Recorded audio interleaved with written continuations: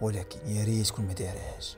غادي نرجعوا الكهف، غادي نطلعوا المخلوقات غريبه دايرين بي أميمة، واش مشى علينا الهافي وشي طقوس ديال الجن، ما عرفناش شنو هادشي. غادي نتخباو حنايا ورا الكهف، اما الياس غادي يدخل الكهف ما غادي يشوفوه، غادي يهرب الغابه، غيتبعوا الحشرات من ديك المخلوقات الغريبه. غادي ندخلوا حنايا بسرعه على داك الكهف باش ننقذوا أميمة. غادي نهبطوا من البلاصه اللي معلقه فيها، ولكن فيها جروح صعيبه باش نشافيوها حنايا، لهذا غادي نقرروا نهزوها ونديوها للمخيم.